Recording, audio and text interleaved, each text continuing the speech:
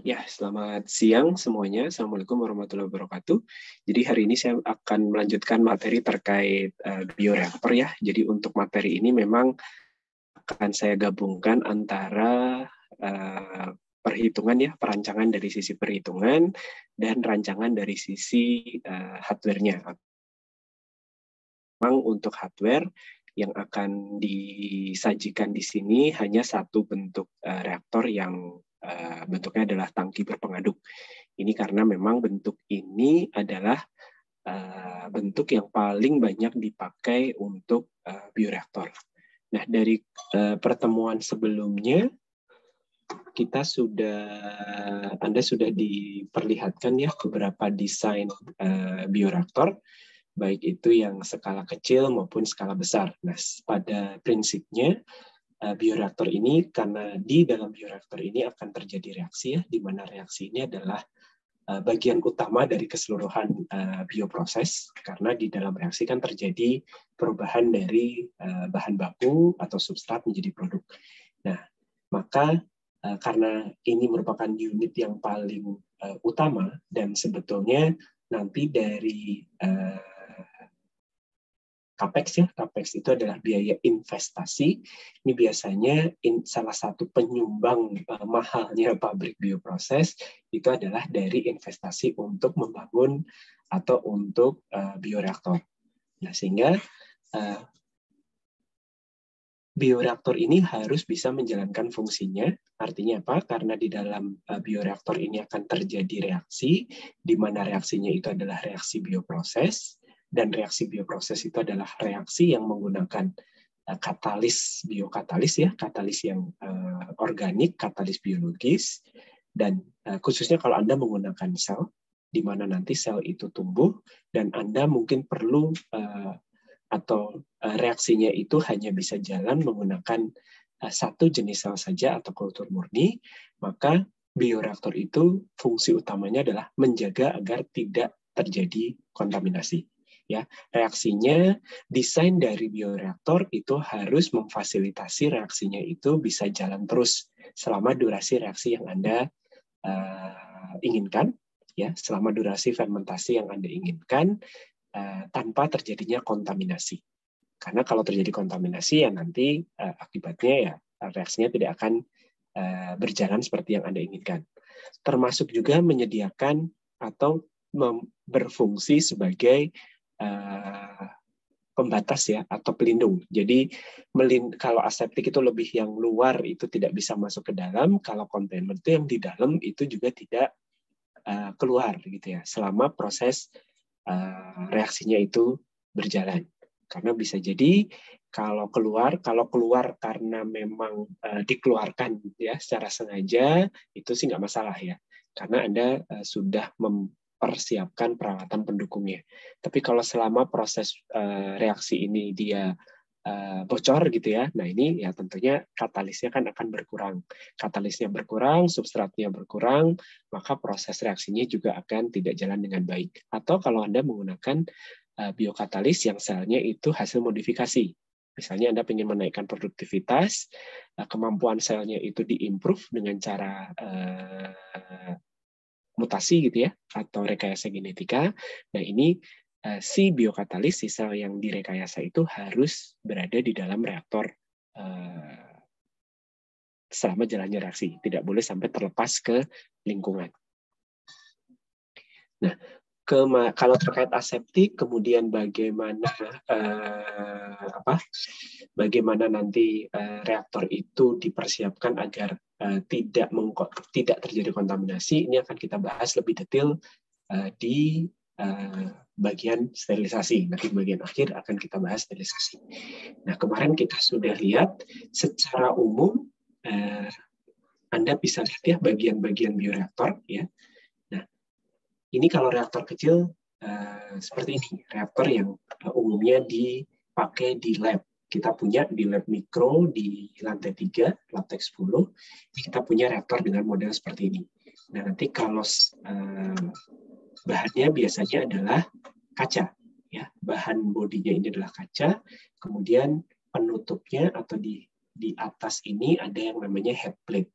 Head plate ini biasanya dari logam, kemudian portnya di atas.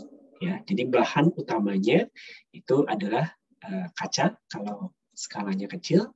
Kalau skalanya besar itu biasanya menggunakan stainless steel. Kenapa? Untuk menjamin permukaan di bagian dalam sehalus mungkin. Karena nanti kalau tidak halus, membersihkannya tidak bisa bersih. Kalau tidak bersih, ya bisa berakibat ke kontaminasi. Selain itu, bahan kaca dan stainless steel itu juga tahan korosi. Karena di dalam proses fermentasi kan Anda melarutkan banyak bahan ya. Anda melarutkan banyak komponen di dalam medium. Nah, beberapa komponen, ini kan komponen organik yang mungkin sifatnya adalah korosif. Sehingga bahan dari bioreaktor itu adalah antara kalau nggak kaca ya stainless steel. Nah, untuk kalau yang kecil seperti ini, kalau yang besar seperti ini. Mungkin intermezzo, ada yang tahu harganya reaktor ini berapa yang seukuran ini? Kalau Adam pasti tahu ya, jadi saya tidak akan nanya Adam. Syahdan. Ada Syahdan?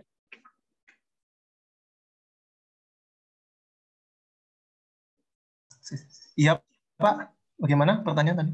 Putus-putus, ya. Pak, tadi. Oke, suara saya putus-putus ya. Oke. Coba tebak harga reaktor yang seperti ada di layar ini menurut Anda berapa? Ukuran apa kapasitasnya, Pak? Harganya. Ini kapasitas sekitar 1 liter, 2 liter ya, paling atau sekitar 3 liter. Menurut Anda harganya berapa? Antara 5 sampai 10 juta, Pak, mungkin. Antara 5 sampai 10 juta. Oke. Geraldi, ada?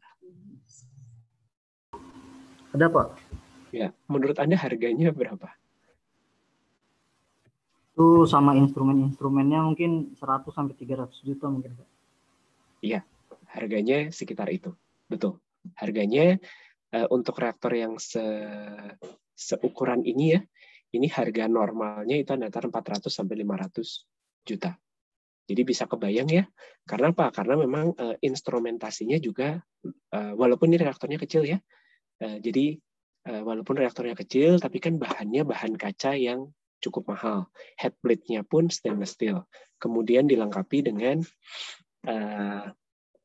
sistem pengendalian yang cukup banyak. Dan ada unit controllernya. Sehingga order harganya bisa sampai ratusan juta. Ini yang seukuran ini. Apalagi yang ukurannya segede ini, gitu ya. Dengan segala macam kelengkapannya. Makanya tadi saya sampaikan investasi untuk bioreaktor ini merupakan salah satu penyumbang besarnya investasi untuk pabrik bioproses. Oke, intermezzo saja ya. Nah, ini mungkin saya akan tunjukkan bagian-bagian reaktornya secara detail ya, satu per satu. Nah, ini secara umum ini adalah vesselnya ya. Kalau reaktor besar ya vesselnya kira-kira seukuran ini ya. Kemudian mungkin Anda bisa lihat ya, karena yang reaktor kecil itu bahannya kaca, maka head plate ini adalah menjadi tempat semua semua port atau semua instrumen yang nantinya akan dimasukkan ke dalam reaktor. Ya, jadi karena Anda tidak bisa melubangi kacanya, nanti bocor gitu ya. Sementara kalau di reaktor yang stainless steel, nah ini head plate-nya ya tetap ada head plate, tapi port-portnya itu tidak selalu ada di atas. Kalau ini kan selalu ada di atas ya. Kalau ini tidak, ada beberapa port yang dipasang di bawah. Oke, bagian paling utama dari bioreaktor itu adalah pengadukan plus aerasi ya. Jadi kalau pengadukan itu ya dengan pengaduk, kemudian kalau aerasi adalah dengan udara atau oksigen. Fungsinya itu adalah untuk mencukupi kebutuhan oksigen, atau kalau misalnya selnya adalah sel yang autotrof, berarti dia diaerasinya pakai CO2, gitu ya. Dia diaerasi pakai CO2, atau kalau aerob ya berarti diaerasi dengan udara atau oksigen. Sehingga dia mencukupi kebutuhan oksigen. Anda masih ingat ya, kalau kebutuhan oksigen itu kurang, apa yang terjadi? Kenapa harus selalu diaerasi? Jadi kalau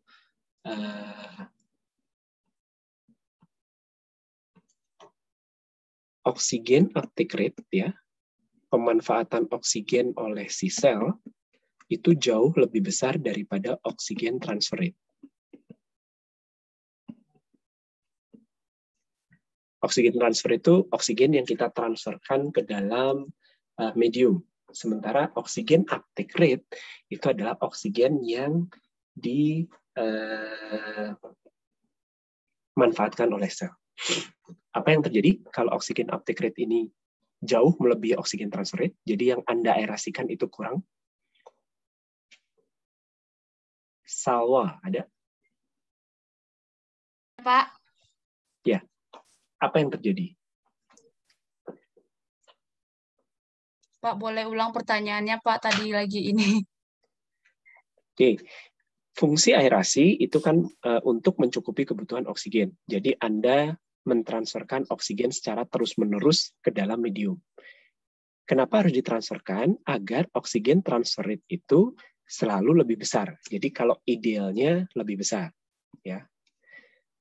Kalau tidak ideal atau kalau terjadi aerasinya kurang, gitu ya, apa yang terjadi kalau aerasi yang kurang, sehingga kebutuhan atau yang diambil oleh sel, pemanfaatan oksigen oleh sel itu jauh lebih tinggi daripada yang kita supply.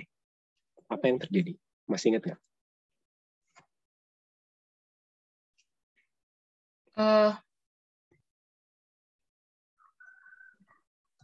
Ini bagi mikrobanya ya, Pak?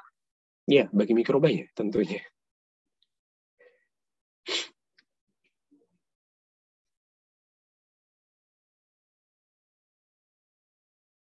Ya, kalau mikrobanya kurang oksigen, apa yang terjadi? Nggak hidup, Pak. Kenapa? Kalau mikrobanya nggak hidup. Pasti tidak hidup. Nggak hidup itu maksudnya langsung mati, gitu. Ini kalian anak S2 bahasanya. Ada yang ingat apa yang terjadi kalau uptake dari oksigen jauh lebih tinggi daripada transfer oksigen? Risha, ada?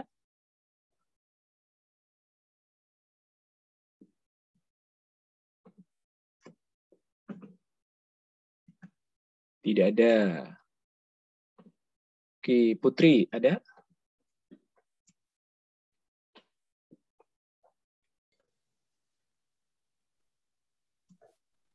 Fully, Pak. Fully. Kenapa?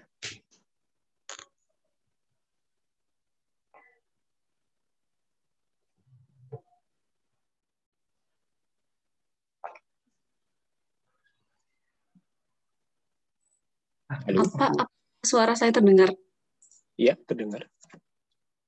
Bukan falling, Pak. Falling dari mana? Jadi oksigen uptake rate, Anda kan istilah ini paham ya. Jadi uptake itu maksudnya O2-nya dipakai oleh sel. Kalau yang transfer, O2-nya ditransfer ke medium. Nah, apa yang terjadi kalau ini lebih besar daripada ini? Sebelum selnya mati, gitu. Pasti ujungnya selnya mati kalau kurang oksigen. Tapi sebelum selnya mati, Anda ingat apa yang terjadi? Terbentuk itu, Pak, metabolit sekunder. Terbentuk metabolit sekunder. Belum tentu. Ayo, masa tidak ada yang ingat?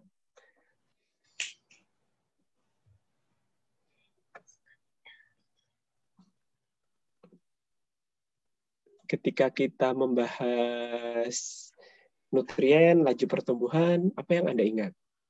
Giraldi. Ya, Pak.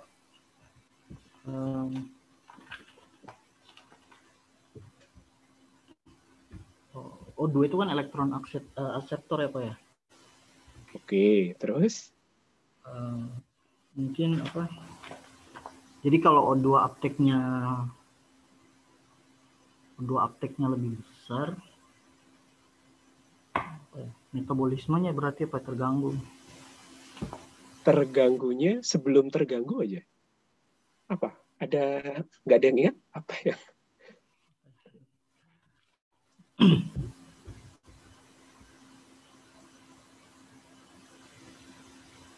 Tampaknya tidak ada yang ingat. Ada yang ingat? Kalau mungkin masih ingat juga istilah konsentrasi O2 kritis ya. Masih ingat nggak? Ini kondisi batas minimum oksigen yang harus dicukupi di dalam medium. Kalau turun daripada konsentrasi O2 kritis, apa yang terjadi?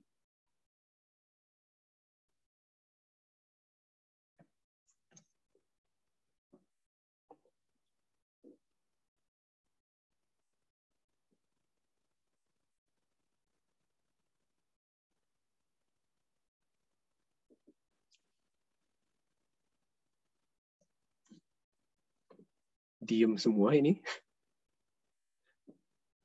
Siapa yang belum dipanggil? Nadia. Iya, Pak. Masih ingat nggak? Kalau menurut mungkin ada peristiwa penggumpalan ya, Pak? Kalian ini jawabnya kemana-mana. Oke, Anda punya sel. Sel itu sifatnya aerobik. Berarti dia butuh oksigen, gitu kan ya. Cara memberikan oksigen beda dengan medium yang lain kan. Kalau medium yang lain, Anda siapkan di awal, Anda larutkan, beres gitu ya. Oksigen, karena kelarutannya itu rendah, Anda harus aerasikan. Dan memang Anda tidak bisa melarutkan oksigen dari benda padat kan. Anda harus larutkan ke dalam cairan dengan cara didifusikan dari udara yang kita sebut dengan cara aerasi. Nah, kalau aerasinya kurang, efeknya konsentrasi oksigen terlarut di dalam medium itu akan rendah. Akan lebih kecil daripada kebutuhan oksigen oleh si sel atau yang kita sebut dengan oksigen uptake rate. Apa efeknya? Atau apa yang terjadi dengan sel? Itu kan pertanyaan gampang ya. Kok jawabnya ke falling, ke penggumpalan. Apa yang terjadi dengan sel?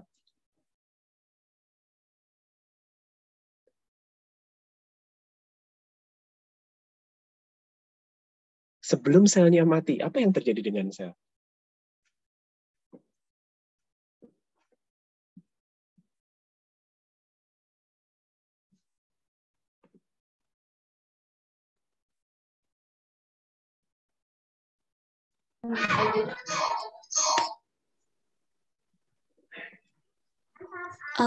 Menghambat aktivitas metabolit sel, Pak. Menghambat aktivitas metabolit sel. Kenapa? Atau efek dari menghambat aktivitas pertumbuhan selnya menjadi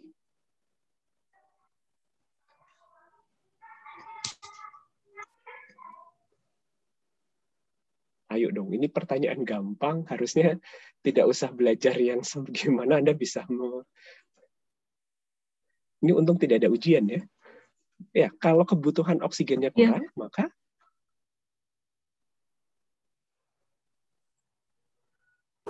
selnya tidak tumbuh, Pak. Selnya jadi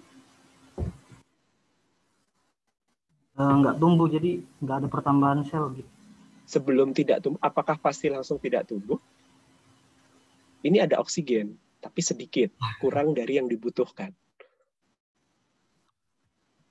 Atau saya ubah ya, Anda butuh makan nasi 3 kali sehari.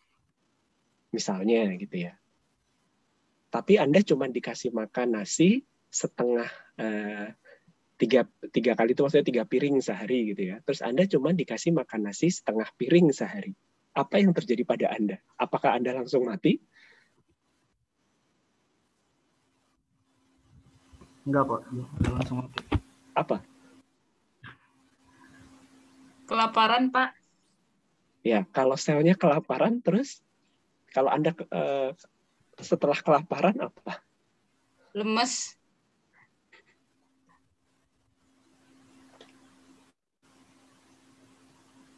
Apa ya? Pertumbuhan selnya bagaimana? Gimana? Melambat kan ya? Iya kan?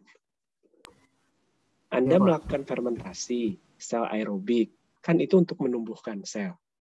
Ketika aerasinya itu kurang, walaupun substrat lainnya cukup gitu ya, Anda tambahkan glukosa, Anda tambahkan sumber karbon, Anda tambahkan sumber nitrogen, fosfat, dan lain sebagainya. Tapi aerasinya kurang. Selnya tumbuh dengan baik nggak? Tidak, Pak. Kenapa? Eh,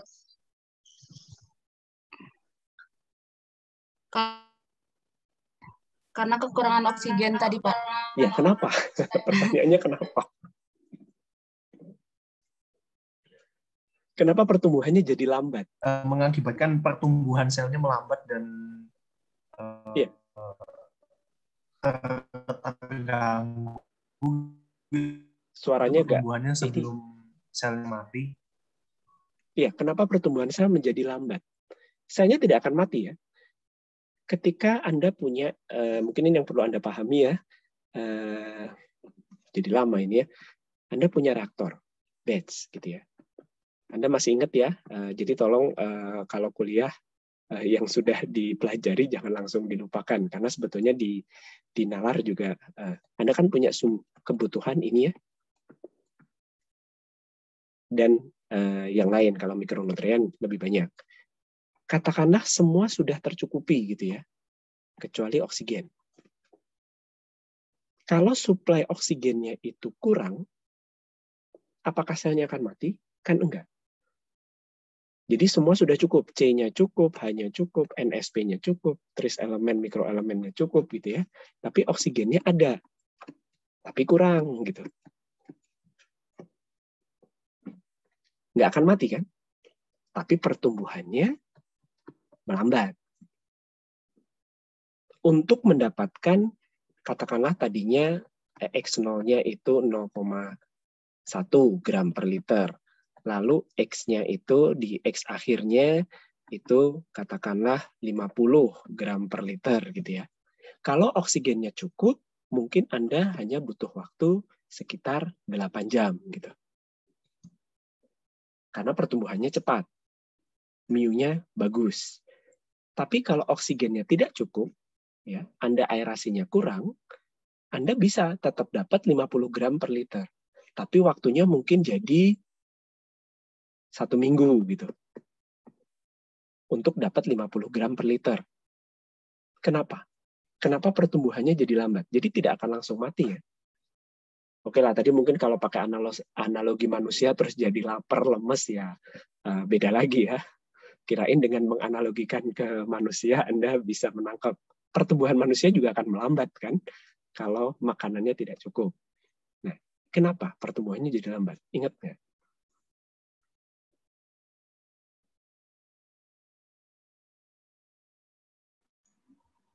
Karena metabolismenya terganggu, Pak.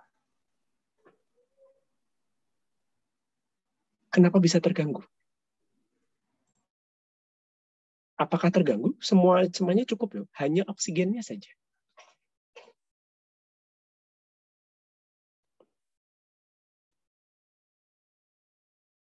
Terganggu itu definisinya apa? Kan banyak ya.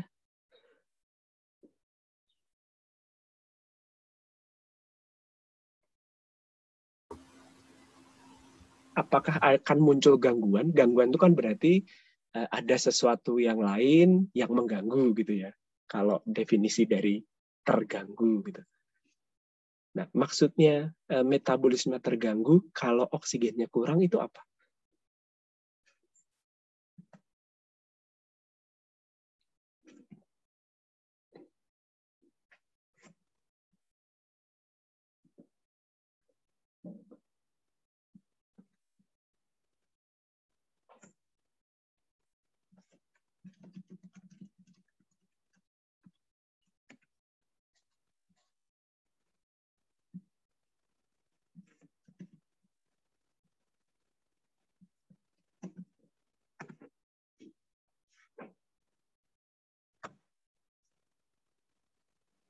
Tidak ada yang ingat?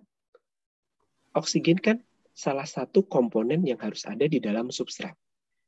Untuk membantu perubahan dari glukosa menjadi ATP, Pak. Nanti kalau oksigennya kurang, reaksinya tidak bisa berjalan secara sempurna. Oke, dari sisi aseptor elektron, kan fungsi oksigen sebenarnya sebagai aseptor elektron ya. Aseptor elektron itu berarti kan penerima elektron terakhir kan ya. Final acceptor, penerima elektron terakhir. Nah, kalau jumlah penerimanya itu kurang, berarti energi yang bisa didapat akan turun.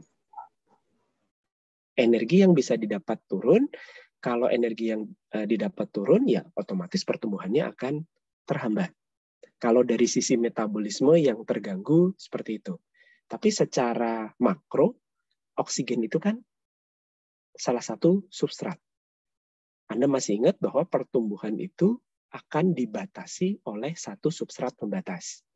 Biasanya yang jadi substrat pembatas itu adalah unsur-unsur makro. Contohnya karbon atau nitrogen. Yang mana kelarutannya di dalam medium itu tinggi. Anda masih ingat ya? Anda bisa melarutkan 2 sendok makan air dalam 1 gelas. Itu kan bisa setara 50.000 ppm. Sementara kalau Anda alirkan udara ke dalam air, tekanan atmosferik, temperatur kamar, airnya bersih, itu kelarutannya cuma 7 ppm. Jenuh ya. Kalau pakai udara. Kalau pakai oksigen, ya berarti bisa sampai 5 kali lipatnya, mungkin 35 ppm, bandingkan dengan 50.000. Kalau oksigennya cukup, aerasinya cukup, ya, di atas konsentrasi kritis, yang jadi pembatas karbon atau unsur makro lain. Tapi kalau di bawah konsentrasi kritis, oksigennya tidak cukup, yang jadi pembatas oksigen. Pasti jauh lebih kecil daripada 7 ppm. 7 ppm itu kalau airnya bersih. Kalau medium kan airnya nggak bersih ya, Anda sudah larutkan segala macam. Artinya apa? Pembatasnya adalah sebuah komponen substrat yang konsentrasinya kecil sekali. Artinya ya nanti pertumbuhannya akan dibatasi oleh oksigen.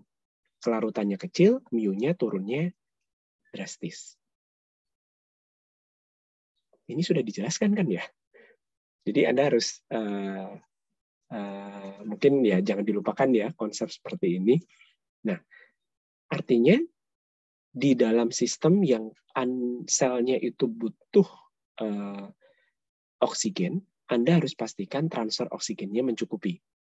Atau paling gampang buat selalu dalam kondisi jenuh untuk memastikan selalu di atas konsentrasi kritis. Oke, makanya di reaktor umumnya itu bioreaktor itu umumnya dilengkapi dengan sistem aerasi. Selain aerasi juga dilengkapi dengan sistem pengadukan. Pengadukan ya fungsinya untuk mengaduk. Mengaduk itu artinya menghomogenkan apa yang ada di dalam reaktor. Bisa mediumnya, bisa selnya, karena selnya kan harus tersuspensikan ya. Walaupun ini nanti juga akan dibantu dengan aerasi, karena sebetulnya aerasi selain mencukupi oksigen juga membantu mengaduk cairan. Ya, selain medium, mikroba itu juga nanti untuk menhomogenkan pH-nya, temperaturnya gitu ya. Nah, aerasi kemudian pengadukan berarti Anda butuh batang pengaduk. Ya. Ya, ada butuh pengaduknya, butuh batang pengaduknya, di atas ini ada motornya gitu ya. Berarti motor harus digerakkan oleh listrik gitu. Oke, aerasi butuh sparger. Ujungnya atau pangkal dari sparger mungkin Anda butuh blower atau kompresor. Ya, itu kelengkapan dari reaktor. Ya, bentuk kalau reaktor kaca bentuk pengaduknya macam-macam ya. Secara umum bentuknya bisa seperti impeller atau propeller, motor. Sparger, nah ini kenapa untuk aerasi selalu ada yang namanya sparger? Jadi di sini tuh ada titik-titik ya, bukan titik-titik, ada lubang-lubang. Kira-kira kenapa? Ini juga sebetulnya ada porinya, ada perforasinya, ada bolong-bolongnya. Fungsinya buat apa? Supaya udara yang masuk dalam bentuk gelembung, Pak. Kenapa harus dalam bentuk gelembung? Transfer masanya lebih baik. Ya, karena kalau dalam bentuk gelembung yang kecil ya, itu Anda menaikkan luas kontak antara si udara dengan air. Kalau luas kontaknya naik, berarti difusinya akan lebih baik. Masih ingat ya teori difusi? Buat yang sudah pernah belajar ini, kuliah S2 ada peristiwa perpindahan lanjut?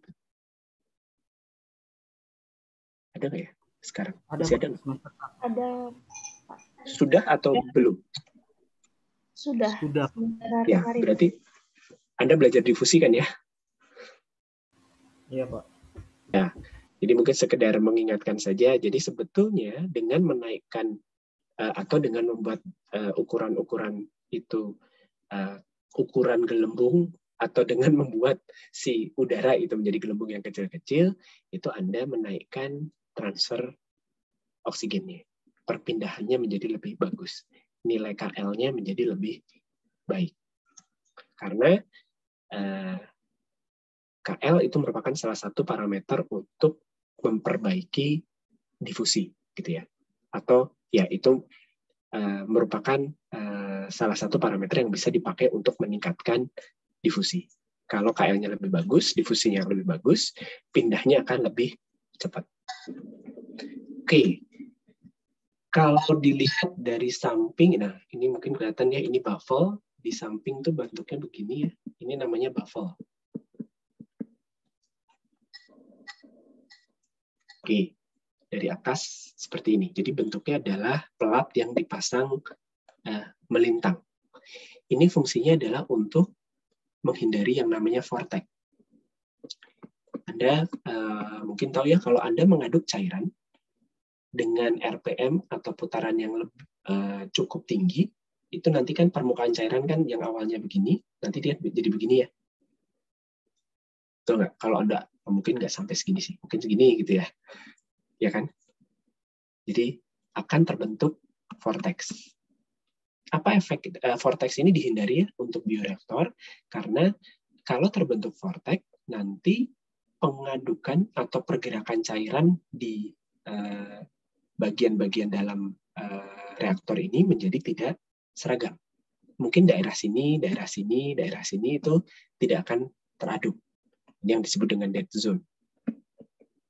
Ya, itu tidak akan teraduk dengan baik. Artinya ya mediumnya tidak akan homogen, selnya tidak akan homogen, pH temperatur tidak ada homogen. Makanya ditambah baffle. Bukan waffle ya, baffle. Akibatnya kalau ada baffle, itu kan ketika cairannya teraduk, dia kan muter-muter gitu ya. Terus nanti dia nabrak baffle-nya, nanti dia akan tetap akan turun, tapi penurunan permukaan itu tidak akan se-ekstrim kalau tidak ada baffle. Oke, kemudian ada yang namanya port. Port ini ya segala macam yang di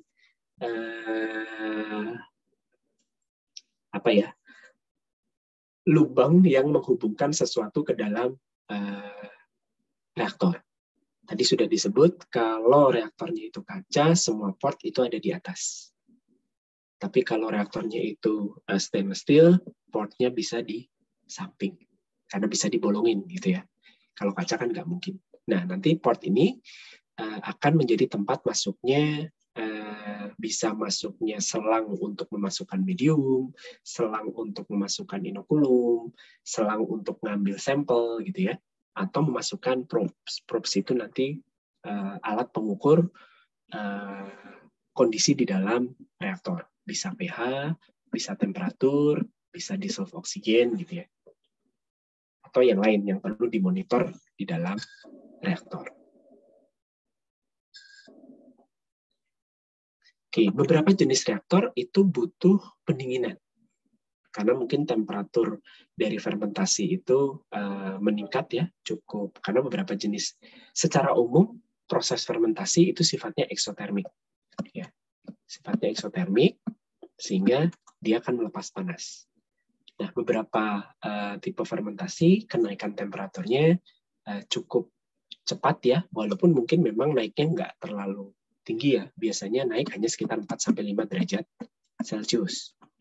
Tapi ini sudah cukup untuk mengganggu metabolisme biokatalis. Sehingga Anda butuh mendinginkan reaktor. Nah, kalau butuh pendinginan, itu biasanya pakai jaket. Ini adalah jaketnya. Kan Anda juga kalau kedinginan pakai jaket ya. Beda tapi ini ya. Jaket pendingin, ini nanti di sininya akan diisi dengan cooling agent. Cooling agent ini bisa berupa air pendingin atau refrigeran. Biasanya adalah air pendingin. Oke. Nah, akibat proses fermentasi itu eksotermik ya, walaupun mungkin kalau tidak dilengkapi jaket, apa yang terjadi karena ada panas, beberapa bagian dari medium itu bisa menguap. Ya, cairannya menguap, sehingga kalau itu tidak dikendalikan, maka volume cairan akan berkurang dan banyak terbentuk uap di bagian head plate. Kalau terbentuk uap di bagian head plate, efeknya apa? Nanti tekanan di bagian head plate-nya akan naik. Nah, biasanya ini diatasi dengan pemasangan kondenser. Jadi uapnya dibiarkan naik, ya, tapi di sini didinginkan, sehingga nanti dia akan balik menjadi cairan. Ini walaupun tidak selalu ya ada kondenser, tapi kalau biasanya Anda bekerja dengan reaktor yang volumenya cukup besar, cukup eksotermik, walaupun ada jaket pendingin gitu ya, tapi untuk meminimalkan evaporasi, maka dipasang kondenser. Oke, terus ada filter. Kira-kira apa gunanya filter? Atau untuk memfilter apa?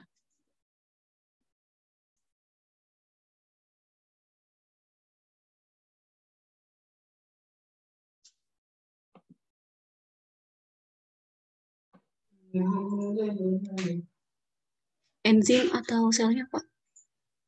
Bukan. Kalau ya walaupun nanti di proses pemisahan bisa pakai filtrasi, tapi filter di sini adalah untuk memfilter kira-kira apa? Di bioreaktor, filter itu untuk memfilter apa? Udaranya, Pak. Udaranya, betul. Untuk sterilisasi udara. Karena Anda tidak mungkin memanaskan udara ya untuk sterilisasi. Nah, makanya dipasang filter sebelum udaranya masuk ke reaktor. Jadi udara yang tadi untuk aerasi ya, sebelum masuk ke sparger itu biasa dilewatkan dari kompresor atau dari blower, itu dilewatkan filter untuk menyaring mikroba ataupun debu-debu partikel yang ada di dalam udara. Sehingga ketika masuk ke dalam reaktor, steril. Kan percuma ya Anda sudah sterilkan, mediumnya sudah disterilkan, reaktornya sudah disterilkan, reaktornya sudah dijaga aseptis, tidak terjadi kontaminasi, tapi udara yang masuk, udara yang mengandung mikroba, ya nanti dia akan terkontaminasi. Kira-kira begitu. Pembahasan tentang filter nanti kita bahas lebih detail di sterilisasi. Nah, kemudian valve. Nah, ini tergantung jenis reaktornya ya. Kalau reaktor ukuran lab seperti yang tadi, ini mungkin valve-nya lebih ke manual, tinggal dibuka tutup secara manual. Tapi kalau reaktor yang besar, di video minggu lalu kita sudah lihat ya, ada proporsional, integral, dan differential controller. Nah, ini salah satunya dipakai untuk buka tutup valve. Buka tutup valve apa aja? Macam-macam. Ada yang buka tutup valve untuk aerasi. Ada yang buka tutup valve untuk pengaliran bahan. Bahan itu bisa medium, bisa asam basa untuk ngatur pH. Bisa juga inokulum. Ada buka tutup valve untuk ngambil sampel atau memanen isi reaktor. Ada juga yang buka tutup valve untuk steam. Steam dipakai untuk sterilisasi ya. Sterilization in place atau cleaning in place, itu salah satunya menggunakan steam, itu dialirkan secara otomatis. Oke, kemudian ada beberapa jenis reaktor itu dilengkapi dengan load cell. Ini sebetulnya timbangan ya maksudnya. Kenapa? Karena mungkin Anda perlu memonitor Anda perlu memonitor pertumbuhan sel. Kalau reaktornya kecil, Anda mudah untuk mengambil sampel secara berkala gitu ya, atau ada port untuk mengambil sampel secara berkala, Anda bisa lakukan gravimetri ya, selnya diambil, disaring, ditimbang. Anda bisa dapat densitas sel. Nah, agar tidak repot ngambil-ngambil sampel untuk beberapa jenis reaktor yang cukup besar, ini dilengkapi dengan timbangan untuk mengukur berat cairan yang ada di dalam reaktor. Beratnya berubah. Karena apa? Karena selnya tumbuh. Masanya nambah, berarti kan nanti densitasnya juga akan nambah. Jadi dipakai untuk memonitor pertumbuhan sel. Oke, dari peralatan-peralatan itu, apakah ada yang ditanyakan? Gantian, silahkan kalau kalian mau nanya.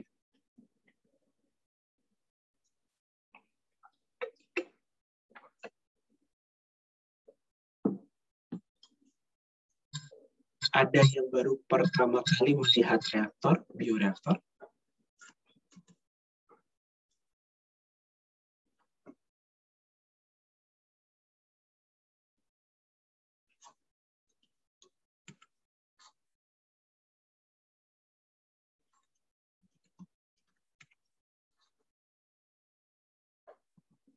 Tidak ada?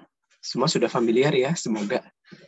Oke, sekarang setelah hardware reaktor sudah, kita akan lihat variasi dari operasional reaktor. Anda kenalkan ya, kalau secara ideal itu ada reaktor batch, ya, ada reaktor continue. Kemudian continue itu ada yang CSTR, ada yang PFR. Ya, sekarang dan yang umum dipakai di bioreaktor itu adalah model batch dan model CSTR. Ya, sama-sama model tangki. Oke, sekarang kita lihat bagaimana reaktor itu dioperasikan secara batch tapi dengan beberapa variasi. Oke, pertama yang umum dilakukan untuk reaktor batch itu adalah divariasi dengan model fed batch. Dari istilahnya bisa dibayangkan ya. Jadi fed batch ini adalah kondisi di mana Anda menambahkan umpan secara kontinu atau semi kontinu. Jadi biasanya kan kalau batch sederhana itu kan semua umpan cemplungin semua ya. Jadi ya Anda nyiapin medium, Anda larutkan komponen-komponen nutrien, kemudian semuanya masuk ke dalam reaktor. Sehingga sepanjang operasi, volume itu tetap. Tapi ada kalanya, kalau semua medium itu diberikan di awal, sel bisa mengalami yang namanya inhibisi substrat. Ya. Jadi kalau dia menerima sejumlah substrat dalam konsentrasi atau jumlah yang cukup banyak gitu, selnya bisa mengalami inhibisi. Mekanisme inhibisi kan sudah kita bahas ya. Nah, untuk mengatasinya umpan diberikan secara bertahap. Bertahapnya bisa dialirkan secara kontinu, bisa secara semi-kontinu. Semi-kontinu itu ya berarti ditambah gitu, terus didiemin. Nanti setelah proses fermentasi jalan, ditambah lagi, terus didiemin, jalan lagi. Kalau kontinu ya berarti ada laju alir masuk. Tapi tidak ada yang dikeluarkan. Atau effluentnya yang dikeluarkan secara batch, bertahap, gitu ya.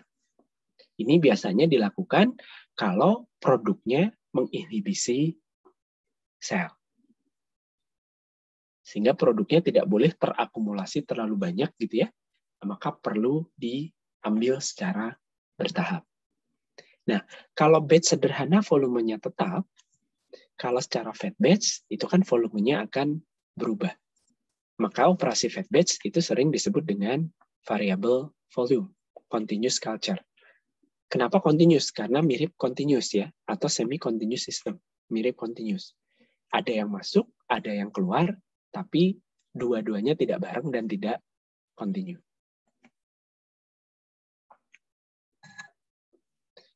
Oke, kalau perhitungannya, saya tidak akan bahas perhitungan secara detail ya. Nanti Anda bisa lihat rekaman kuliah bioreaktor yang membahas bagian ini. Apa yang diperlihatkan, intinya adalah di sini Anda bisa melihat bedanya dengan batch biasa, terjadi perubahan volume. Volume berubah, massa sel juga berubah ya, karena selnya juga tumbuh. Tapi karena kan yang namanya konsentrasi atau simbolnya X ya, konsentrasi sel ya, itu adalah X, gram per liter.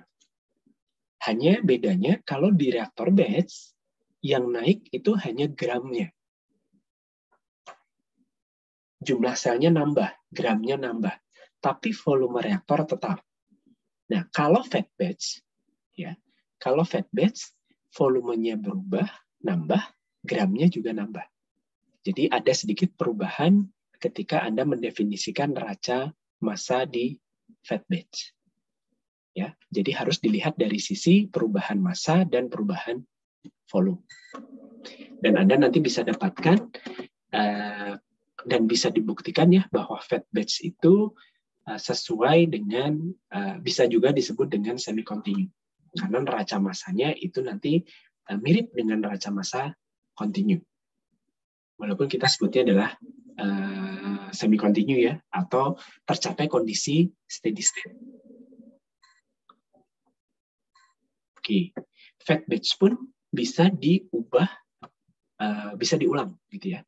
Anda bisa mengoperasikan reaktor batch secara berulang. Jadi ada umpan masuk, naikkan ya volumenya sampai volume tertentu, terus mungkin pakai gambar yang ini lebih enak ya. Jadi ada umpan masuk, volumenya naik terus sampai volume tertentu, terus dipanen gitu ya. Dipanen itu produknya diambil. Sampai berarti kan volumenya turun. Balik lagi ke VO0. Ulang lagi, tambahin umpan lagi, naik lagi, panen lagi dan seterusnya. Itu yang disebut dengan repeated fed batch. Atau sering juga disebut dengan sequential batch. Gitu. Oke, dari sini apakah ada yang mau ditanyakan?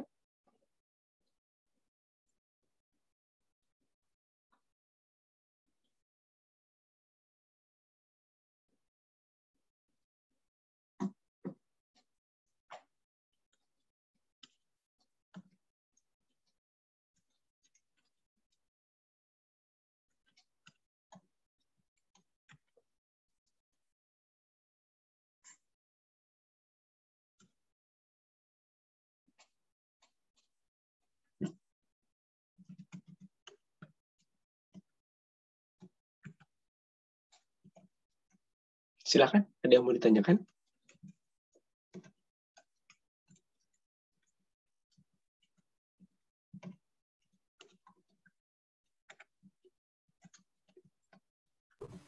Pak, saya mau nanya, Pak. Yuk. Untuk mode semi continuous Hmm.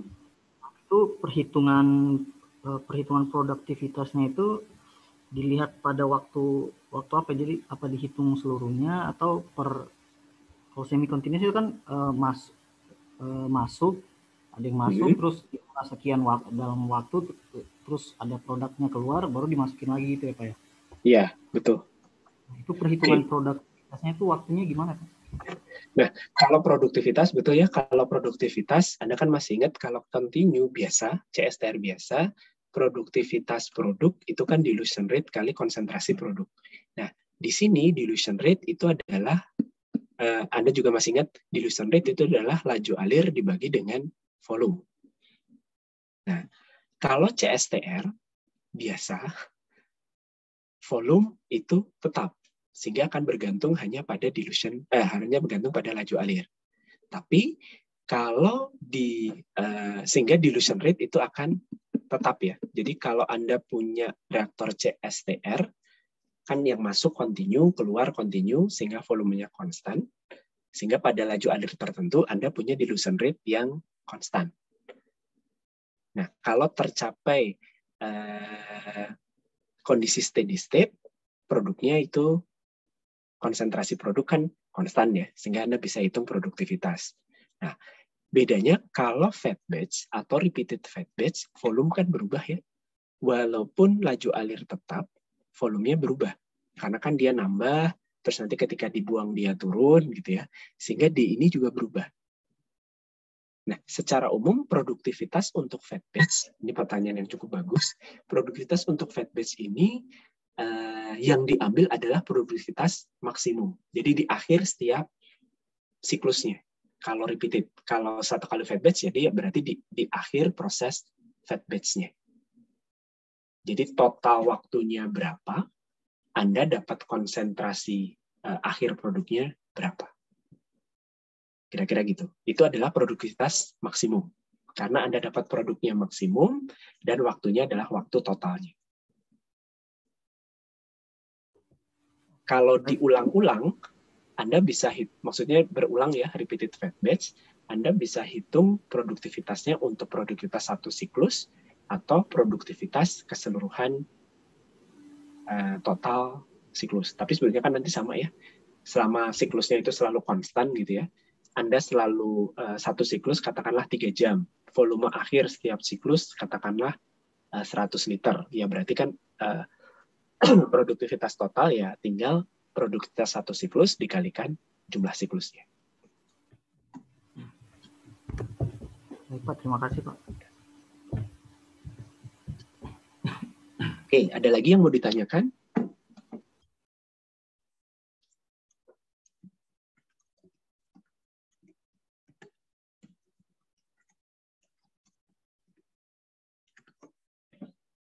Oke, kalau tidak ada, saya lanjutkan ya. Nah, yang kedua adalah variasi untuk CSTR. Oke, ada slide ini ya.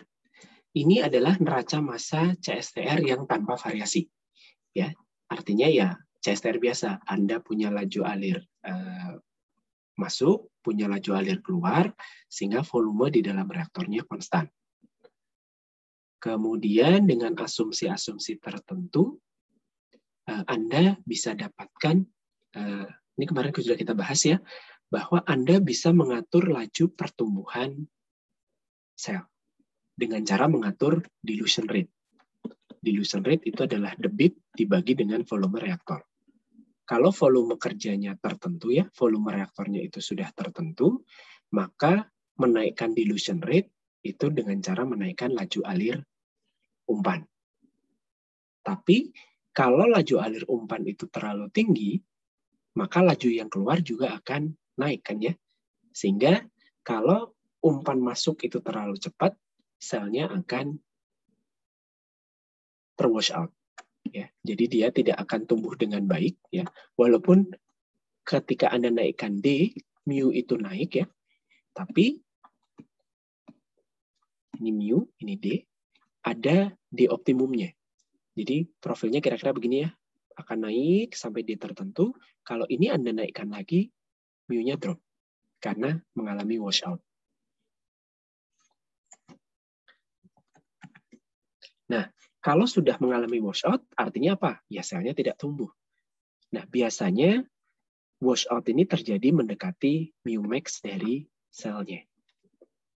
Artinya kan ada batasan dilution rate ya, ada batasan laju alir. Artinya kalau Anda sudah punya volume reaktor tertentu, kemudian punya biokatalis tertentu gitu ya, yang akan tumbuh dengan substrat yang Anda berikan, kan artinya Anda punya batasan maksimal laju alir umpannya itu berapa?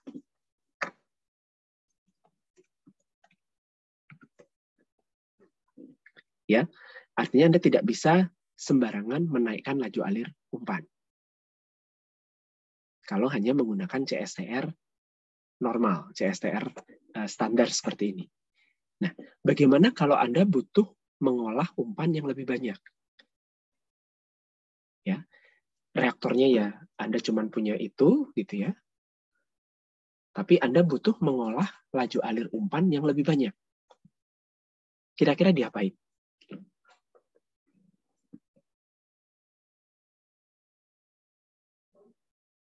Ada yang punya bayangan?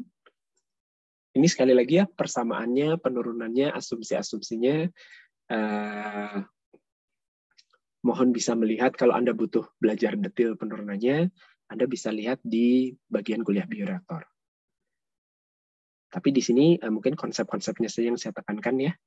Kalau Anda mengoperasikan CSTR, ya, dengan kondisi umpan tertentu, biokatalis tertentu, lalu Anda butuh laju alir umpan itu tinggi, sementara Anda tahu kalau terlalu tinggi itu terjadi washout, berarti kan harus divariasi ya, harus dilakukan perubahan terhadap sistem si CSTR. Nah, perubahannya itu adalah dengan melakukan recycle.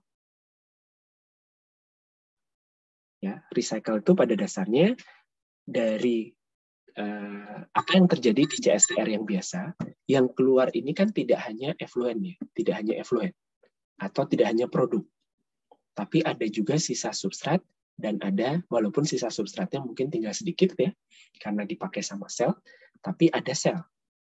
Selnya kan tumbuh ya, sel itu di sini tumbuh makin lama makin banyak. Nah, tapi karena ada aliran yang keluar, yang terbawa keluar itu juga mengandung sel. Nah, apa yang dilakukan? Selnya itu dibalikan. Jadi tidak semua effluent itu dikembalikan semua ya.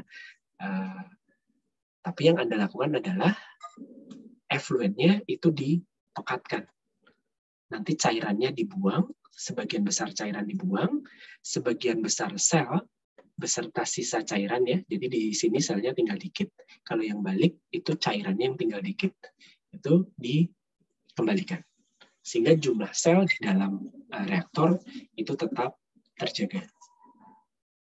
Ya, jadi fungsinya recycle ini adalah untuk menaikkan, bukan menaikkan ya, untuk menjaga agar konsentrasi sel di dalam CSTR itu tetap tinggi. Caranya bagaimana? Bisa diendapkan dulu, atau difiltrasi, atau disentrifugasi. Umumnya hanya diendapkan. Jadi setelah keluar dari satu CSTR, pindahin ke tempat tertentu untuk diendapkan, nanti lumpurnya dibalikan, dipompa balik. Nah, dari persamaan neraca massa, nanti silakan Anda cermati lagi neraca massanya. Ini ada yang namanya C. C itu adalah faktor pemekatan.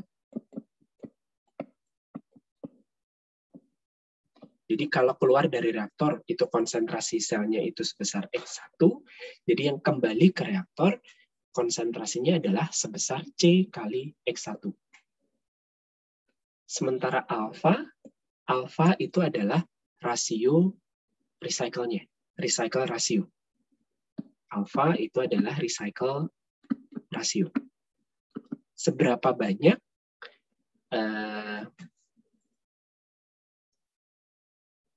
laju alir yang dikembalikan ke dalam reaktor, fraksi terhadap yang keluar.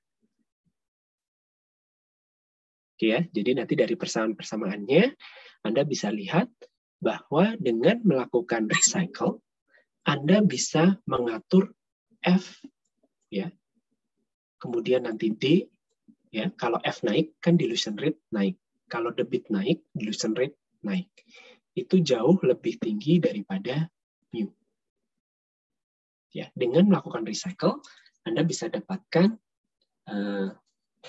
dilution rate itu lebih tinggi daripada spesifik growth rate-nya. Artinya Anda bisa mengolah umpan dengan lebih banyak. Laju alir umpan yang diberikan itu bisa lebih banyak. Oke, hitungan-hitungannya nanti akan dipelajari sendiri ya. Jadi di sini ada kurvanya.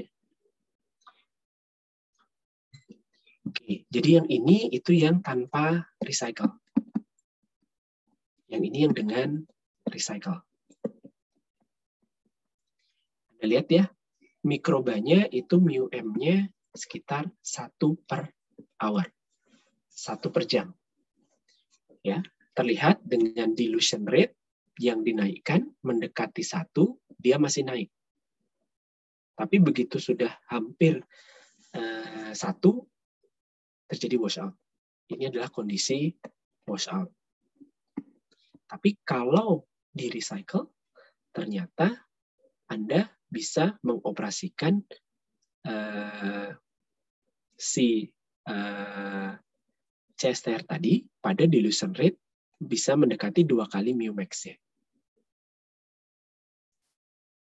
Mu max-nya tetap ini ya, tapi Anda bisa operasikan dilution rate yang lebih besar, artinya Anda dapat konsentrasi sel jauh lebih tinggi. Oke, sampai di sini ada yang mau ditanyakan terkait recycle? Silakan.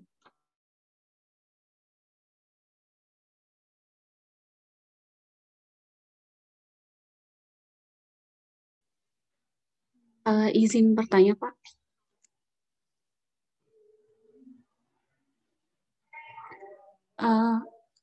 Mengenai mana tadi? Yang proses recycle itu, Pak, apakah biomasanya akan terjadi proses penghambatan nanti, Pak, kalau prosesnya terjadi terus-menerus recycle? Maksudnya proses penghambatan? Dari biomasanya, Pak. Terhambat pertumbuhannya maksudnya? Iya, Pak. Kalau prosesnya udah mencapai batas maksimum proses recycle-nya, Pak. Oke. Nah, kalau di sini, ini umumnya sih kalau konteks realnya itu di pengolahan limbah yang aerobik ya. Karena kan sebetulnya kalau limbah itu mikrobanya kan bentuknya lumpur aktif. Ya, lumpur aktif, kulturnya kultur campuran, walaupun recycle juga bisa diterapkan untuk kultur murni, cuman mungkin lebih ribet aja perlakuannya ya. Karena menjaga kontaminasi mungkin lebih susah. Nah, pertumbuhan sel pada umumnya tidak akan terhambat. Kenapa? Karena sebetulnya di recycle ini kan Anda endapkan selnya. Dipisahkan dari cairan kan. Anda menambah jumlah lumpur yang ada di dalam atau menambah jumlah sel yang ada di dalam reaktor, tapi kan Anda juga tetap menambah umpan. Ya kan tetap ada laju alir umpan kan. Jadi tetap ada makanan untuk si sel. Nah, memang harus diatur yang dikembalikan ke dalam reaktor. Makanya ada faktor pemekatan ya. Itu tidak semua sel yang keluar. Jadi kalau praktek nyatanya nanti sebetulnya memang ada dibagi 3 ya. Kalau ini kan hanya 2 ya, keluar dari sel separator itu ada 2. Sel yang sudah diendapkan balik ke reaktor, ada yang cairan dibuang. Nah, sel yang dari separator ini biasanya nanti dibagi 2 lagi. Sebagian balik ke reaktor, sebagian dibuang. Yang disebut dengan, saya kok lupa istilahnya ya, waste sludge kalau nggak salah. Ini adalah sel lumpur yang dibuang. Karena memang di dalam reaktor itu ada batas, bukan selnya mengalami hambatan pertumbuhan ya, tapi di dalam di dalam reaktor itu memang perlu diatur konsentrasi sel optimumnya berapa.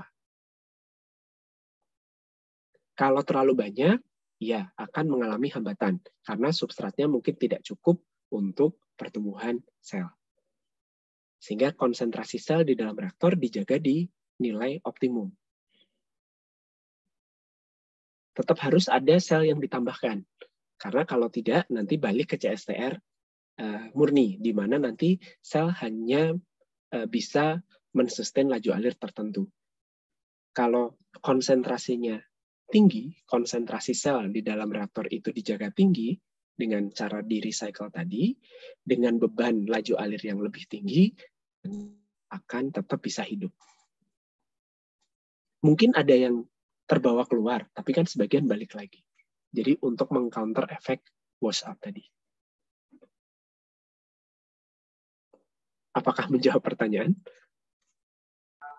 Iya Pak, terima kasih Pak. Ini CSTR, ini continue ya. Beda konteksnya dengan kalau kita bicara batch yang di-recycle selnya. Nah itu beda ya. Karena memang ada beberapa proses di mana kalau reaktor batch ya, yang batch biasa, bukan fat batch, kan fermentasi jalan. Fermentasi jalan, selnya tambah banyak kan ya, biokatalisnya nambah. Sehingga di batch berikutnya, memang dimungkinkan biokatalisnya itu adalah berasal dari biokatalis yang dari batch sebelumnya. Karena kan Anda sudah punya banyak biokatalis, masa nggak dipakai gitu ya. Nah, kalau biokatalisnya itu tidak mengalami perubahan sifat, itu bisa dipakai berulang-ulang. Yang biasanya tidak bisa dipakai berulang-ulang, itu kalau biokatalisnya GMO, yang rekayasa genetika. Kenapa? Karena begitu dia dipakai berulang-ulang, kemampuannya itu akan turun. Dia akan kembali ke jenis, masih ingat ya istilahnya, wild type. Ini adalah sel naturalnya gitu ya. Sel yang kondisi alami yang ada di alam, wild type. Wild type ini kan produktivitasnya rendah, sehingga Anda mungkin melakukan mutasi genetik dari si wild type, sehingga produktivitasnya naik. Tapi biasanya kalau sifatnya itu dimutasi gitu ya, pertumbuhannya itu menjadi tidak sebagus yang wild type. Yang lebih kencang tumbuhnya itu wild type biasanya. Nah, ketika Anda gunakan di reaktor batch, atau sebetulnya CSTR juga sama ya, si GMO ini akan makin lama berubah menjadi wild type. Kalau berubah jadi wild type, produktivitas turun, sehingga tetap bisa dipakai untuk proses berikutnya, tapi biasanya ada batas maksimalnya. Jadi bukan pertumbuhannya terhambat, tapi memang sifat produktivitas dari sel itu kalau dipakai berulang-ulang, dia akan turun. Sehingga harus pakai yang GMO yang baru. Nah, kalau yang kayak pengolahan limbah, lumpurnya itu kan bukan GMO ya, lumpurnya itu kan yang wild type. Anda tidak jadi ketika dipakai berulang-ulang, pertumbuhannya tidak akan terhambat selama nutriennya cukup. Nah, untuk memastikan nutriennya cukup, pertumbuhannya optimum, yang Anda atur konsentrasi sel di dalam reaktor. Cara ngaturnya adalah, ya Anda mengatur recycle ratio tadi. Mengatur recycle ratio dan mengatur faktor pemengkatannya. Kebayang ya? Semoga cerita saya tidak berputar-putar. Ada lagi yang mau ditanyakan?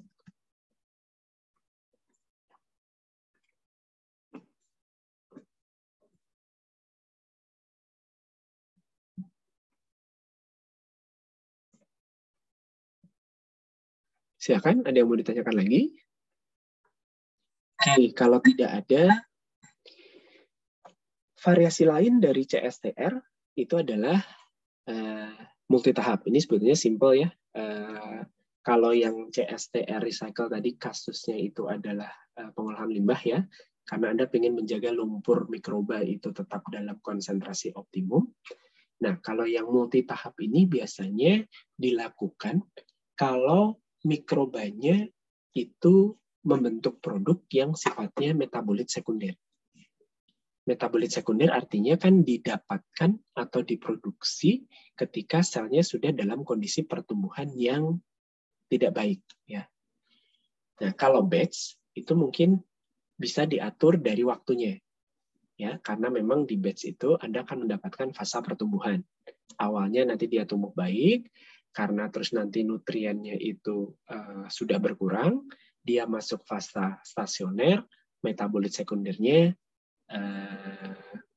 akan dibentuk. Nah, kalau yang CSTR kan tidak didapatkan fasa pertumbuhan ya, karena nutrien ada terus, maka sel akan tumbuh dengan baik. Artinya produksi produk metabolit sekundernya tidak terbentuk. Nah, biar tetap terbentuk, biasanya dipindahkan ke reaktor kedua, terus di reaktor kedua kondisinya diubah. Temperaturnya diubah, pH-nya diubah misalnya ya, untuk mengubah pertumbuhan dari si selnya gitu ya, atau Anda tambahkan komponen lain, istilahnya adalah inducer ya, untuk menginduce metabolisme dari si mikroba untuk menghasilkan metabolit yang Anda inginkan. Ini biasanya penggunaan bioreaktor yang multitahap adalah seperti itu. Bioreaktor yang CSTR ya, CSTR multitahap seperti itu. Jadi di reaktor ini itu adalah untuk pertumbuhan selnya, yang bioreaktor ini adalah untuk pembentukan produknya. Neracanya ya simpel ya, ini neracanya hanya neraca massa CSTR biasa, tinggal dilanjutkan saja. Intinya yang keluar dari reaktor 1 itu akan sama dengan yang ada di dalam reaktor 1. Ya. Yang ada di dalam reaktor akan sama dengan yang keluar, dan yang keluar dari reaktor 1 itu adalah umpan dari reaktor 2. Kemudian apa yang terjadi di dalam reaktor 2 akan sama dengan yang keluar dari reaktor 2.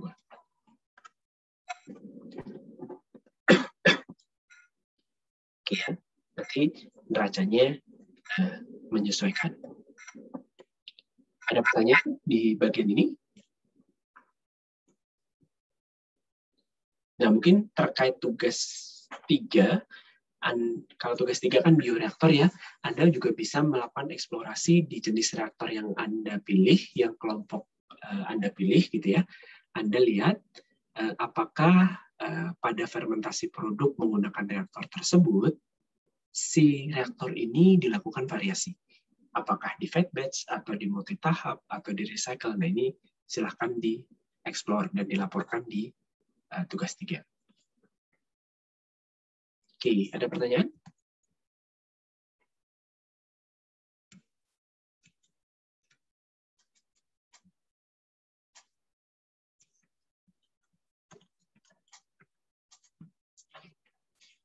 Kalau tidak ada, kita masih ada waktu ya. Nah, bentuk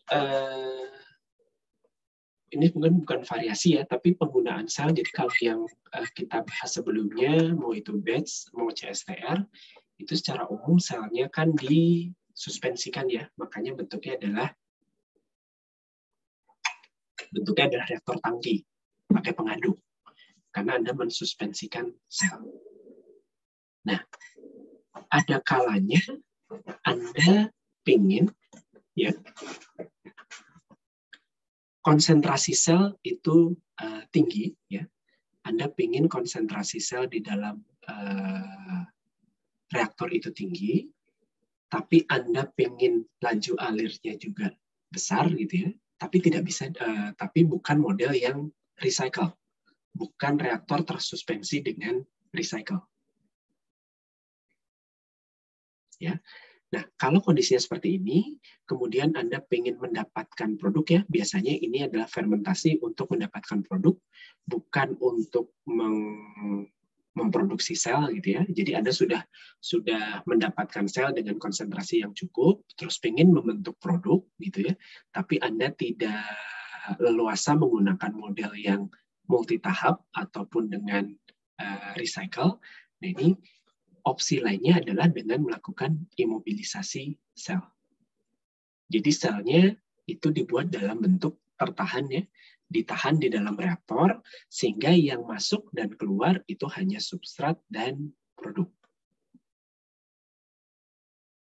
Ya, ini biasanya kalau contohnya ada Anda pengen mengkonversi suatu bahan ya, misalnya Anda pengen mengkonversi substrat gitu, menjadi produk dengan bantuan sel tertentu ya, sel tertentu. Jadi Anda bisa menumbuhkan selnya dulu dalam jumlah cukup, ya, selnya ditumbuhkan dulu, terus diimobilisasi, terus baru nanti substratnya,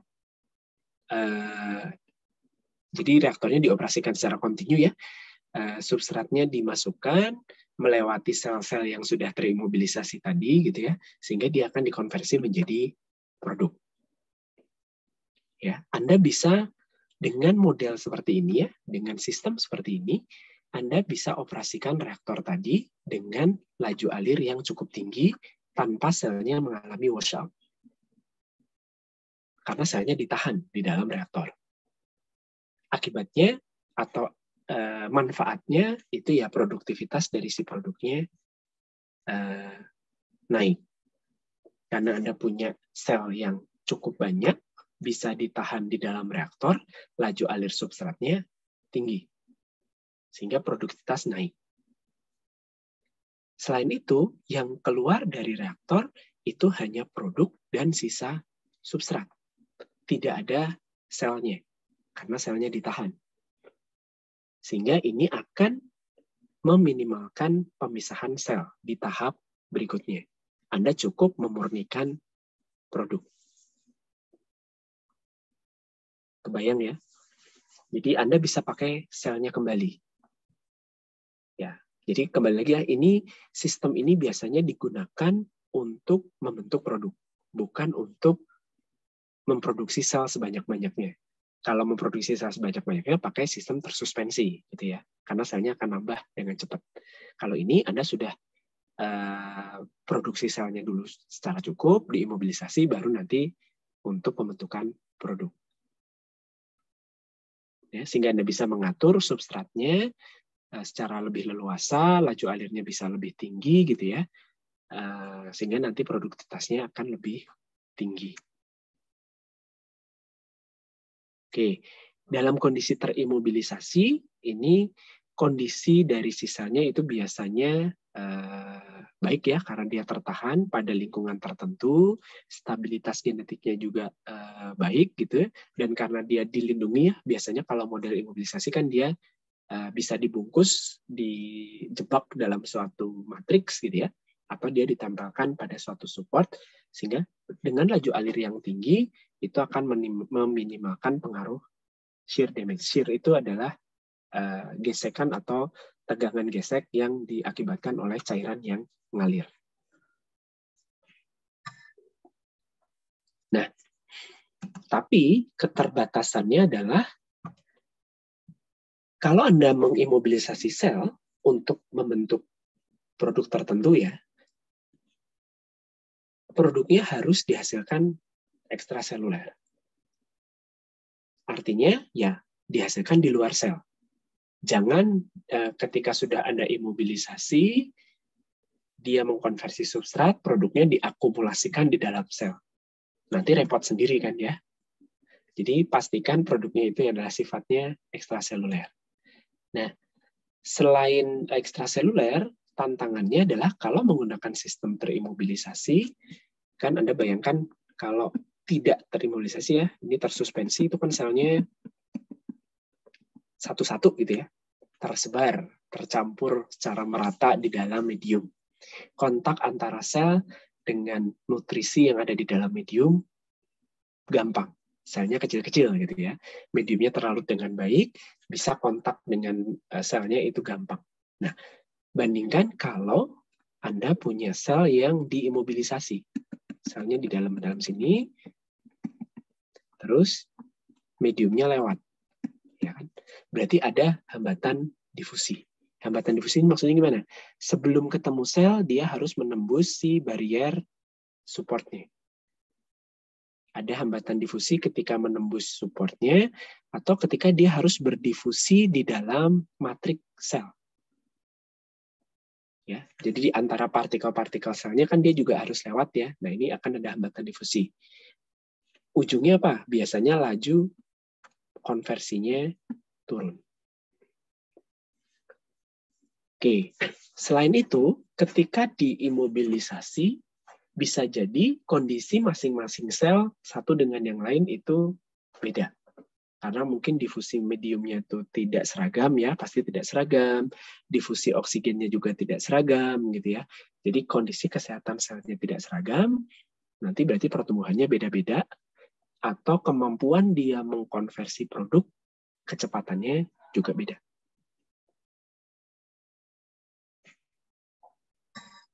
Oke, dari sisi cara mengimobilisasi, itu ada dua ya, aktif dan pasif. Kalau yang aktif, saya pernah menjelaskan imobilisasi enzim belum ya? Di kuliah ini pernah dijelaskan terkait imobilisasi enzim tidak? Atau sama-sama lupa? Gimana? Kayaknya belum, Pak. Oke, jadi pada dasarnya kalau imobilisasi, ini enzim juga bisa ya diimobilisasi dan fungsinya sama, agar si enzimnya itu bisa digunakan kembali.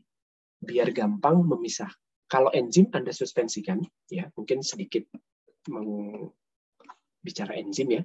Kalau enzim Anda suspensikan, ya, setelah terbentuk produk ya, substratnya terkonversi menjadi produk dan enzim itu kan akan nyampur ya. Nah biasanya enzimnya tidak akan dipisahkan terus untuk dipakai lagi. Enzimnya ya sudah, yang Anda pisahkan adalah produknya. Nah, enzim itu kan ada yang harganya cukup mahal, sehingga kalau cuma sekali pakai itu merugikan, makanya terus diimobilisasi. Sehingga nanti ya bentuknya mirip ya, nanti enzimnya bisa tertahan, terus substratnya masuk, nanti produknya keluar. Enzimnya tetap ada di dalam reaktor, sehingga bisa dipisahkan, bisa dipakai berulang-ulang, bisa digunakan secara kontinu. Nah, metodenya mirip. Metode imobilisasi sel secara aktif dengan metode imobilisasi enzim itu secara umum itu mirip. Ada yang model terperangkap ya, yang ada di gambar ini. Terperangkap ini Anda bayangkan kayak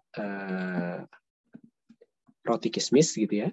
Jadi rotinya itu adalah supportnya di luar ya. Lalu kismisnya itu adalah enzimnya. Artinya dia dibungkus dalam suatu matriks. Bentuknya adalah bentuk entrapment atau terperangkap. Ada juga yang bentuknya adalah bentuk terikat. Kalau ini seperti, tahu makanan onde-onde? Ada yang nggak tahu? Kalau onde-onde, yang coklatnya itu adalah supportnya, lalu enzimnya itu ada di permukaannya. Nah, cara menempelkan di permukaan itu macam-macam ya, bisa pakai adsorpsi biasa, bisa pakai ikatan kovalen, bisa pakai ikatan ionik, bisa pakai cross-linking menggunakan zat-zat tertentu gitu ya. Atau kalau diperangkap di dalam itu bisa pakai polimer ya, jadi Anda campurkan enzim atau sel itu dengan polimer tertentu, cair gitu awalnya, terus polimernya ini buat agar mengeras, sehingga setelah jadi sel atau enzim itu terjebak di dalam polimer baru dipakai. Nah, itu yang imobilisasi aktif. Kalau imobilisasi pasif, ini si selnya kalau yang aktif itu kan kita memang sengaja mengimobilisasi si sel. Kalau yang pasif, ini selnya yang mengimobilisasi dirinya sendiri. Jadi pada kondisi tertentu, sel ini bisa membentuk yang namanya biofilm. Dia nempel pada suatu permukaan. Kok bisa nempel? Dia menghasilkan zat tertentu. Jadi mungkin karena kondisi lingkungannya itu kurang baik, karena kan kadang kalau Anda punya lapisan, ini misalnya cair ya, cair, ini padat gitu ya. Nah, ini kan ada interface ya, ada interface. Terkadang di interface ini gradien konsentrasi nutrien tertentu itu lebih tinggi dibandingkan di cairannya. Ada beberapa kondisi di mana nutrisi itu lebih banyak terakumulasi di bagian interface. Akibatnya apa? Selnya mendekatlah dia ke sini. terus nempel di padatan ini. Membentuk yang namanya biofilm. Kok bisa nempel? Dia biasanya menghasilkan yang namanya EPS, extracellular polymer substances. Polimer ekstraseluler, senyawa polimer ekstraseluler. Biasanya ya isinya protein gitu ya, karbohidrat yang bisa membantu dia untuk nempel terus stabil. Jadi nanti dia akan membungkus dirinya di permukaan suatu padatan. Nah, dia akan tumbuh gitu ya. Di sini dia akan tumbuh walaupun memang metabolisme ketika dia dalam bentuk biofilm dengan metabolisme ketika dia tersuspensi itu beda. Secara umum beda. Ada jalur metabolisme yang berubah. Karena membantu kestabilan ketika dia nanti dalam bentuk biofilm gitu kan. Oke, nah nanti ya di sini bentuknya atau ketika nanti sel yang terimobilisasi dalam bentuk biofilm ini mau digunakan, ya sama ya, nanti akan ada hambatan difusi dari si substrat sebelum ketemu selnya. Oke, biasanya ini ringkas saja saya jelaskan.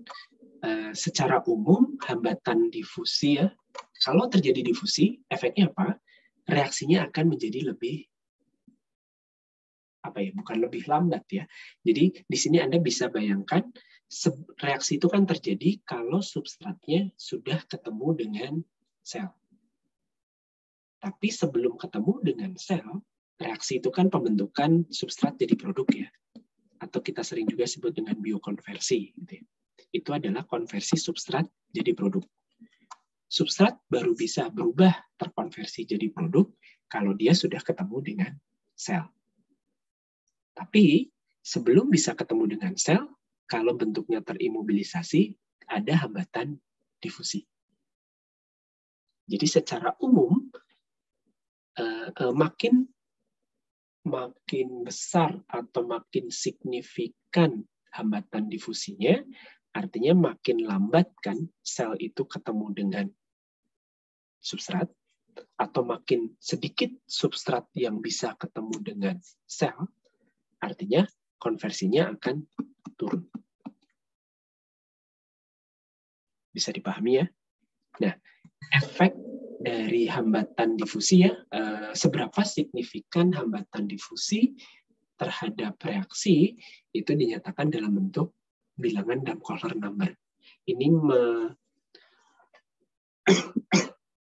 Ini membandingkan antara laju konversi maksimum ya. Laju konversi tentunya dari mana? Dari pertumbuhan sel dan dari reaksi metabolisme selnya. Dibandingkan dengan laju maksimum difusi. Oke, untuk bagian ini yang perhitungan detail juga silakan kalian tonton yang video bioreaktor ya. Tapi intinya dengan membandingkan ini, Anda bisa lihat nanti seberapa signifikan atau yang menentukan laju reaksi itu mana? Apakah memang reaksinya ataukah difusinya? Mana yang lebih lambat? Tadi difusi sudah dijelaskan ya, eksternal atau intrapartikel. Eksternal itu yang di sini. Yang di sini. Di lapisan film antara sel dengan cairan. Ini cairan ya. Ini selnya. Difusi intrapartikel, difusi di dalam biofilmnya. Ketika dia harus melewati partikel-partikel selnya. Kalau seperti ini, berarti kan hambatannya dua-duanya ya. Ada hambatan difusi, dan ada hambatan eksternal, dan ada hambatan intrapartikel. Hambatan eksternal, ini, makin tebal lapisan film, maka hambatan eksternalnya makin tinggi. Dan biasanya itu bisa diatasi atau bisa diminimalkan dengan pengadukan. Ya, dengan diaduk atau dengan menggunakan laju alir cairan yang cukup tinggi gitu ya. Ini biasanya nanti tahanan filmnya akan lebih kecil. Lebih tipis. Kalau lebih tipis ya berarti hambatan eksternalnya berkurang. Tapi kalau pengadukannya terlalu tinggi atau laju alirnya terlalu tinggi, nanti itu bisa merusak sel yang terimobilisasi. Kan nanti shear-nya akan semakin besar ya. Tegangan gesek atau gaya gesek yang diberikan itu akan makin besar, itu bisa memecah sel yang terimobilisasi, bisa memecah si supportnya, bisa melepaskan sel dari supportnya. Oke, itu dulu. Ada yang mau ditanyakan?